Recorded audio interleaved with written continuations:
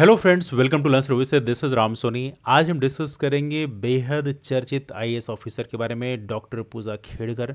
इनके ऊपर आरोप लगे हैं कि इन्होंने फेक सर्टिफिकेट यूज़ करके यूपीएससी में सिलेक्शन लिया है और साथ में उसी सर्टिफिकेट कारण इनको आईएएस की रैंक मिली है। तो यहाँ पर जिन दो फेक सर्टिफिकेट की बात हो रही है, एक तो है ओबीसी नॉन क्रिमिनल का फेक सर्टिफिकेट और दूसरा है जो दिव्यांग कैटेगरी में जो फिफ्थ नंबर की दिव्यांग कैटेगरी, मतलब जो सबसे अधिक दिव्यांग का कैटेगरी होता है, उससे इन्होंने सिलेक्शन लिया है। तो इन दोनों चीज़ों के बारे में डिस्कस करेंगे, क्या क्या क्राइटेरियाज होती हैं, उसमें क्या बेनिफिट मिलते हैं, और साथ में एक और बड़ी इंटरेस्टिंग चीज़ है कि ओबीसी नॉन क्रिमिनल के जो कंडीशंस क्या क्या हैं ये आपको पता होना चाहिए, बिकॉज यहाँ पर अखबारों ने अधूरी जानकारी दी है। बेसिकली मैं कहूँगा गलत जानकारी दी है, बिकॉज इनके फादर चूंकि गवर्नमेंट सर्वेंट थे और गवर्नमेंट सर्वेंट के मामले में ओबीसी नॉन क्रिमिनल की जो 8 लाख की इनकम क्राइटेरिया होती है वो अप्लाई होती ही नहीं है। तो इसके बारे में आइए हम डिस्कस करते हैं, एक एक करके पॉइंट डिस्कस करेंगे। साथ में ओबीसी एनसीएल यूपीएससी के लिए क्या क्राइटेरिया होते हैं ये आप सभी को पता होना भी चाहिए। तो आइए डिस्कशन की शुरुआत करते हैं, लेकिन उससे पहले न्यूज़पेपर्स ने दिखाया है यूपीएससी में नॉन क्रिमिनल क्या है, ट्रेनी आईएएस पूजा खेड़कर ने इसका फायदा कैसे उठाया। तो अब देखो, यहाँ पर इन्होंने इतना बड़ा आर्टिकल लिख दिया, लेकिन इनको यही नहीं पता है कि नॉन क्रिमिनल की क्या क्या कंडीशंस हैं। बिकॉज यदि उनको पता होता तो शायद ये आर्टिकल नहीं लिख रहे होते। बिकॉज 8 लाख के इनकम क्राइटेरिया, चूंकि इनके फादर एक गवर्नमेंट सर्वेंट थे। यदि उनके फादर का आप प्रॉपर तरीके से देखेंगे तो ही वॉज बेसिकली महाराष्ट्र जो पोल्यूशन कंट्रोल बोर्ड है उसमें रीजनल ऑफिसर थे।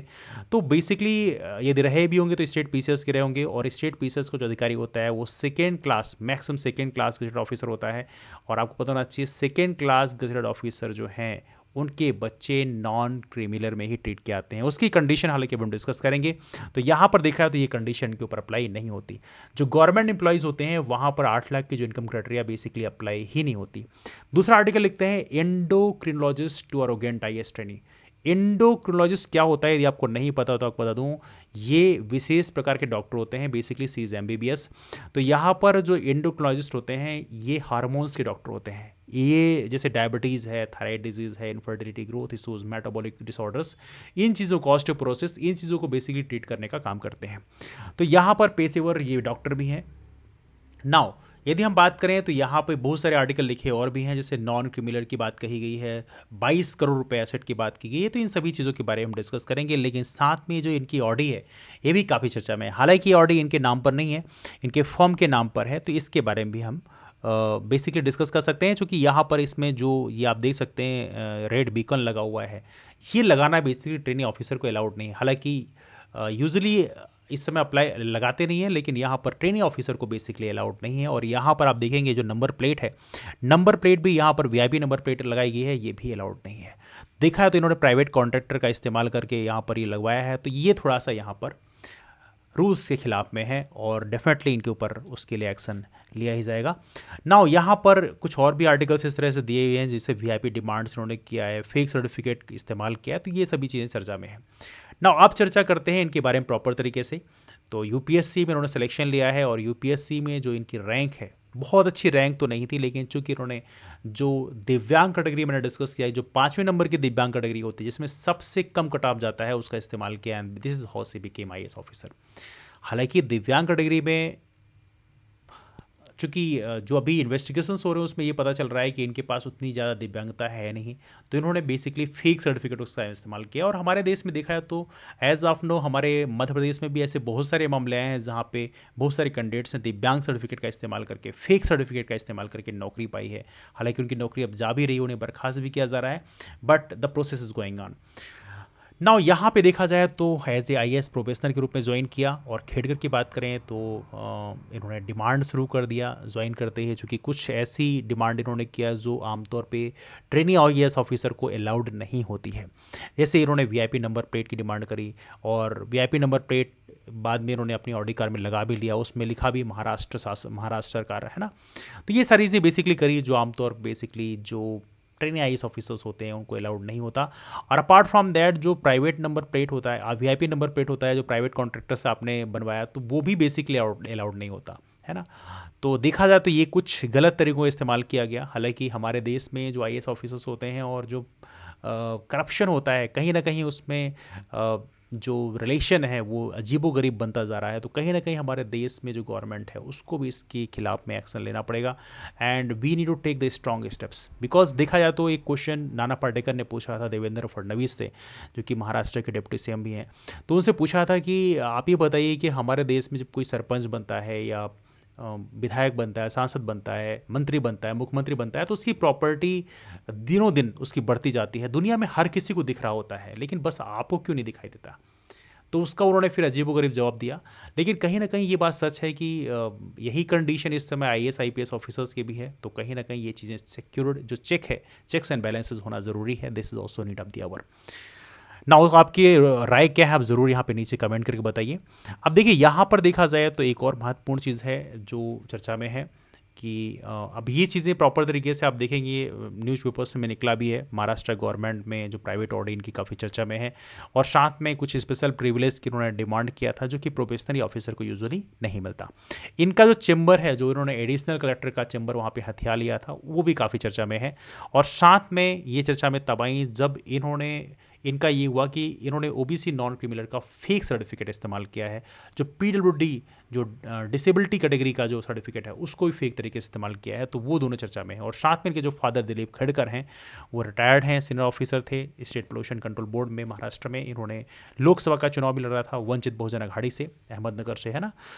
हालांकि ये भी काफ़ी चर्चा में क्यों है, बिकॉज जब आप कोई चुनाव लड़ते हैं लोकसभा का तो वहाँ पर आपको एफिडेविट जमा करना पड़ता है। तो आपको जो अपने इनकम क्राइटेरिया होती है उसके बारे में आपको जानकारी देनी होती है। हालांकि वही हम डिस्कस करेंगे आपसे कि शायद उस इनकम क्राइटेरिया जो उन्होंने एफिडेविट जमा किया उसके बेसिस से शायद ये बच भी सकते हैं, बिकॉज ओबीसी एनसीएल सर्टिफिकेट उसको सेटिस्फाई कर सकता है ना। अगला यहाँ पे लिखा हुआ है कि एन एक्टिविस्ट पॉइंटेड, एक एक्टिविस्ट हैं जो आरटीआई एक्टिविस्ट हैं, इन्होंने ये लिखा है कि 8 लाख के जो एनुअल पेरेंटल इनकम है वो ceiling limit OBC non criminal के लिए, वो इनके फादर उससे ज़्यादा कमाते हैं तो उनके ऊपर कैसे अप्लाई नहीं हुआ, इन्होंने फेक सर्टिफिकेट का इस्तेमाल किया। हालांकि उनके पास शायद प्रॉपर जानकारी ना रही हो, उसके बारे में हम डिस्कस करेंगे, बिकॉज यहाँ पे कुछ चीज़ें हैं जो यहाँ पे डिस्प्यूट रेज करती हैं। तो आइए डिस्कस करते हैं बेसिकली क्या क्या मामले हैं। बट उससे पहले यहाँ पर कुछ महत्वपूर्ण पॉइंट हैं। डॉक्टर खेड़कर की जो रैंक है 821 थी यूपीएससी एग्जाम में, और यूपीएससी का जो 2021 का एग्जाम है उसमें इन्होंने इतनी रैंक स्कोर किया था, जिससे इन्हें 2023 का बैच मिला। नाउ यहाँ पर एक और महत्वपूर्ण चीज़ आप देखेंगे कि जो खेड़कर हैं इनको पुणे डिस्ट्रिक्ट कलेक्टर ऑफिस में अपॉइंट किया गया और इनका जो टर्म है वो जुलाई 2025 में इनका प्रोबेशन कंप्लीट होने होगा। तो बेसिकली उसके पहले ही इतना सारा खुलासा हो गया। तो अब देखते हैं चीज़ें क्या होंगी आने वाले कल में, बिकॉज बहुत सारे इन्वेस्टिगेशन वेब इनके ऊपर होंगे। विजय कुम्हार है जिन्होंने, जो आरटीआई एक्टिविस्ट हैं, जिन्होंने इस चीज़ को एक्सपोज किया था कि इनके पास 110 एकड़ का एग्रीकल्चरल लैंड है और साथ में 900 ग्राम गोल्ड है और बहुत सारी चीज़ें यहाँ पे डिस्कस की। और इसके थ्रू इन्होंने क्लेम किया कि लगभग 40 करोड़ रुपीज़ की प्रॉपर्टी इनके पेरेंट्स के पास में है। हालांकि वो आप देखोगे अभी एफिडेविट तो 40 करोड़ से भी ज़्यादा इनकम है, इनकम नहीं बल्कि असेट हैं, तो हम दिखाएंगे अभी आपको। लेकिन यहाँ पर विजय कुम्हार जिनका नाम अभी काफ़ी चर्चा में है, उनकी यदि हम बात करें तो ये आरटीआई एक्टिविस्ट हैं और साथ में आम आदमी पार्टी के महाराष्ट्र के डिप्टी प्रेसिडेंट भी हैं। Now look at this one, जो हमारा मेन पॉइंट है। यहाँ पर ओबीसी नॉन क्रिमिनल की चर्चा हो रही है कि 8 लाख की जो इनकम लिमिट है, लेकिन आपको यदि बताऊँ कि यहाँ पर खुद डॉक्टर पूजा खेड़कर की बात करें तो इन्होंने जब अपने डेटा दिया तो उसमें जो पर्सनल इनकम इन्होंने दिखाई, तो पर्सनल इनकम में इन्होंने काफ़ी ज़्यादा इनकम दिखाई। लुक एट दिस वन, इसको आप देख के हैरान हो जाएंगे। ये देखो, अब देखिए यहाँ पर इन्होंने जो इनकम दिखाई है, आप देखिए यहाँ पर ये सारी जो परचेज की 2015 में परचेज किया गया, गिफ्टेड बाय मदर, परचेज्ड। आप देखो कितनी बड़ी income, 6 to 8 crore, 3 to 4 crore, 0.75 to 1 crore, 25 lakhs, 45 lakhs, 75 lakhs। इन सब से जो इनकम होती है इसको आप देखो 25 lakhs, 5 lakhs, 3 lakhs, 1 lakh, 3 lakh, 5 lakh, मतलब इतनी कमाई इनकी एनुअल इनकम होती है उस प्रॉपर्टी से कि इनको बेसिकली आईएएस नौकरी की कोई खास जरूरत है नहीं। बट देखा जाए तो यहाँ पे ये चीज़ें इनकी पर्सनल वेल्थ भी दिखा रही है। अब देखो यहाँ पे आप लोग सोचोगे कि पर्सनल वेल्थ इतना ज़्यादा है तो उस कंडीशन में भी ओबीसी एनसीएल इनको नहीं मिलना चाहिए। अभी हम डिस्कस करेंगे। बेसिकली आपको पता होना चाहिए ओबीसी एनसीएल में आपकी पर्सनल इनकम मैटर नहीं करती, आपके पेरेंट की इनकम केवल मैटर करती है, वो भी लास्ट के 3 कंसेक्यूटिव ईयर में। अब देखिए यहाँ पे हम इसको भी डिस्कस कर लेते हैं क्या क्या चीज़ें हैं, लेकिन उससे पहले यहाँ पे देख लो, ये यूपीएससी 2022 सिविल सर्विस 2022 की ये रिजल्ट है। सॉरी 2021 मैंने बोल दिया था पहले, यूपीएससी 2022 में इनका सिलेक्शन हुआ था, जिसमें इनको आईएएस मिला था ओबीसी कैटेगरी यहाँ पे, और साथ में इन्होंने एमडी पीडब्ल्यूबीडी जो कैटेगरी लगाई, एमडी। एमडी का मतलब क्या होता है आप देखोगे इसमें लिखा हुआ है, एमडी का मतलब होता है मल्टीपल डिसेबिलिटी। अब मल्टीपल डिसेबिलिटी किस में होती है, देखो यहाँ पे आप देखोगे डिसेबिलिटी में कुल 5 कैटेगरी हैं, A B C D E, और ई जो है इसमें लिखा है मल्टीपल डिसेबिलिटी फ्रॉम एमोंगेस्ट पर्सन। अब देखो यहाँ पे ब्लाइंडनेस ए में है, फिर डीफ एंड हार्ड हियरिंग है, बाकी सी डी है। तो यहाँ पर जब कोई एक से अधिक कैटेगरी में कवर करता है, मतलब 2 कैटेगरी का आपको डिसेबिलिटी है, तो उस कंडीशन में आपको मल्टीपल डिसेबिलिटी में काउंट किया जाता है, और इसका कट ऑफ बहुत कम जाता है। यदि आप देखोगे यूपीएससी रिजल्ट के बारे में, तो यहाँ पे पीडब्ल्यूबीडी का कट ऑफ देखो कितना कम गया है। जनरल कट ऑफ 75.41 है, ओबीसी की यदि हम बात करें 74.75 है, लेकिन पीडब्ल्यूबीडी का कट ऑफ है 33.68। मेंस में भी 445 नंबर कट ऑफ है, इंटरव्यू में भी 589। मैं नहीं कह रहा हूँ कट ऑफ इतना कम जा सकता है, because it's very difficult for those people जिनके पास इतनी ज़्यादा मल्टीपल डिसेबिलिटी है। लेकिन जिसके पास डिसेबिलिटी है उसका तो जेन्युइन बनता है, लेकिन जिसके पास नहीं है और वो उसको मैनिपुलेट करके पा रहा है, तो वहाँ पर बेसिकली जेन्युइन नहीं बनता।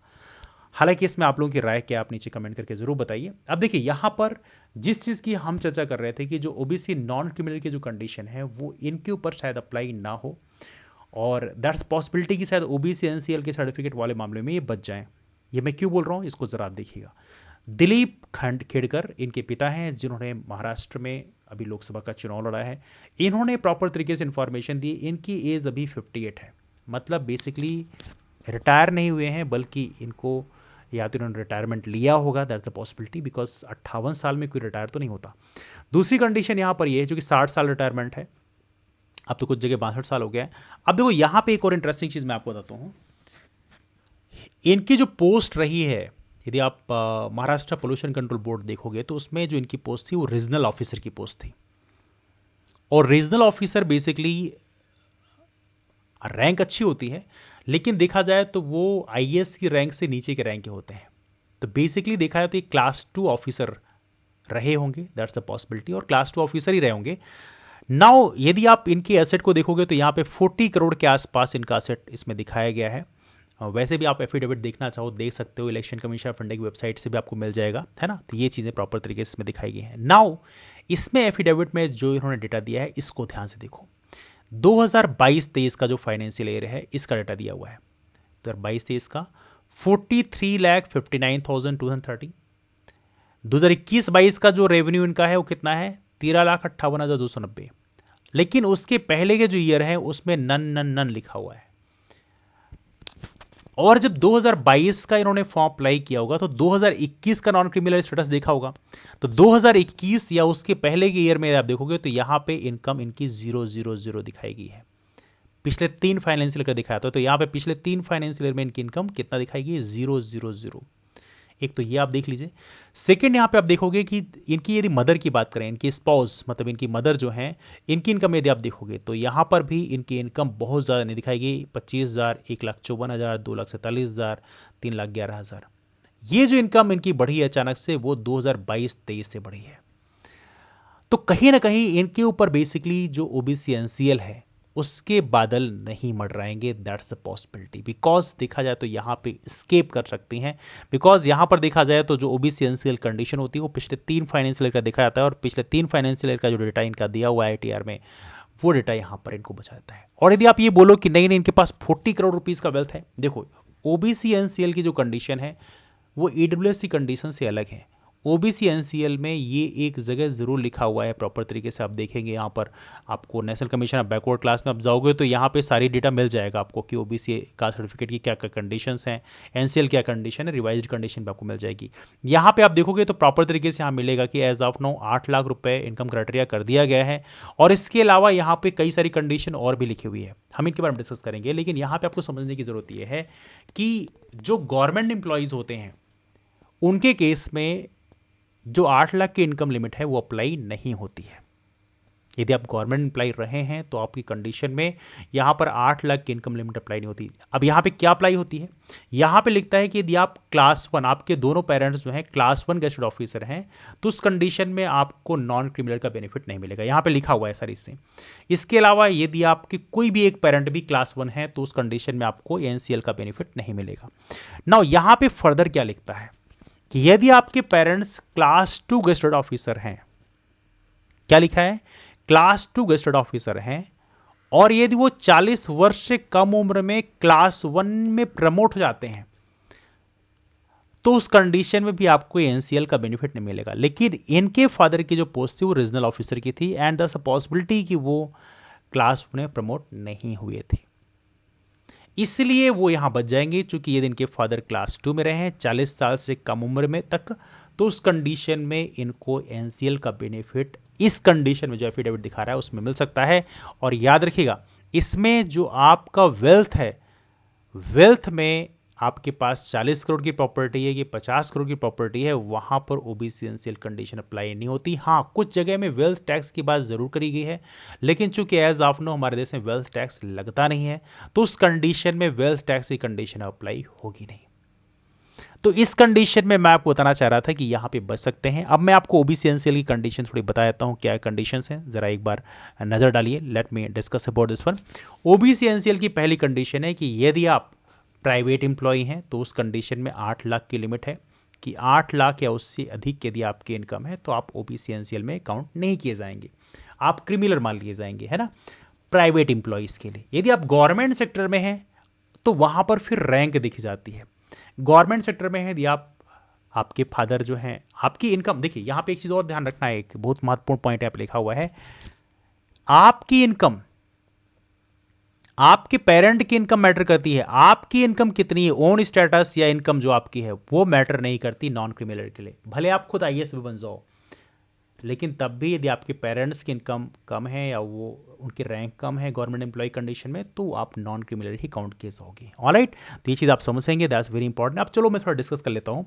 तो पहली कंडीशन तो ये है कि यदि प्राइवेट एम्प्लॉइज हैं तो वहाँ पे 8 लाख की लिमिट अप्लाई होती है, लेकिन यदि गवर्नमेंट एम्प्लॉय है तो वहाँ पे 8 लाख की इनकम लिमिट अप्लाई नहीं होती। और याद रखिए, एग्रीकल्चरल इनकम जो है वो भी यहाँ पे काउंट नहीं होती। तो यहाँ पे यदि आप गवर्नमेंट एम्प्लॉय हैं तो रैंक का क्या होता है, रैंक होता है वहाँ पे जरूरी। तो यदि क्लास 1 है, आपके मदर क्लास 1 है, फादर क्लास 1 है, दोनों क्लास 1 है, तो उस कंडीशन में आपको एनसीएल नहीं मिलेगा। ठीक है। दूसरी कंडीशन क्या है, यदि आपके मदर फादर दोनों क्लास 2 हैं तो उस कंडीशन में आपको एनसीएल नहीं मिलेगा। लेकिन इनकी कंडीशन में क्या था, इनके फादर तो क्लास 2 रहे हैं लेकिन इनकी mother age of no sarpanch है, तो देखा जाए तो यहां पर इनको बेसिकली मिलने की संभावना बन जाती है। यदि आपके दोनों पेरेंट्स क्लास 3 हैं तो फिर कोई फर्क नहीं पड़ता, उस कंडीशन में आपको एनसीएल मिल सकता है आसानी से। तो ये कंडीशन बेसिकली यहाँ पे अप्लाई नहीं होती। तो यहाँ पे केवल 2 कंडीशन याद रखना कि आपके माँ बाप दो में से कोई यदि क्लास 1 है तो फिर आपको नहीं मिलेगा, यदि आपके माँ बाप दोनों क्लास 2 हैं तो नहीं मिलेगा, लेकिन फादर या मदर केवल एक ही क्लास 2 हैं तो उस कंडीशन में आपको मिल जाएगा। और क्लास 3 है तो वहाँ पे कोई फर्क नहीं पड़ता। हाँ, क्लास 3 में भी देखा जाए तो बहुत ज़्यादा सैलरी है। ऐसे यदि आप टीचर हैं तो कई लोग रिटायरमेंट तक पहुँचते पहुँचते 1 लाख से ऊपर सैलरी पहुँच जाती है। लेक्चरर हैं तो वहाँ पे देखा जाए तो वहाँ पे मिलेगा बेनिफिट। ऑलराइट, तो ये चीज़ें आपको समझना ज़रूरी है। और साथ में एग्रीकल्चरेबल जो इनकम है वहाँ पर ये वहाँ पे इनकम जो है काउंट नहीं की जाती। ऑलराइट, तो ये सारी कंडीशन होती है ओबीसी नॉन क्रिमिनल की। हालांकि कंडीशन बहुत सारी हैं, यदि आपको फर्दर यदि आपको कन्फ्यूजन होगा तो आप लोग कमेंट कर दीजिएगा, या टेलीग्राम ग्रुप हमारा लर्न सर्विसेज है वहाँ पे ज्वाइन कर लीजिएगा, तो वहाँ पे ये मैं पूरा पीडीएफ शेयर कर दूंगा। ये ऑलरेडी आपको आप जाएंगे प्रॉपर तरीके से देखेंगे तो पूरा पीडीएफ तकरीबन 12-15 पेज का पीडीएफ है, ये आपको national commission of backward class की वेबसाइट में ऑलरेडी मिल जाएगा पीडीएफ के फॉर्म में। ऑलराइट, तो ये रहा डिस्कशन। यदि आपके पास फर्दर कोई डाउट्स हैं तो आप नीचे कमेंट कर पूछ सकते हैं। मुलाकात करते हैं फिर, तब तक के लिए bye and take care and do not forget to share your opinions. That's all, thank you.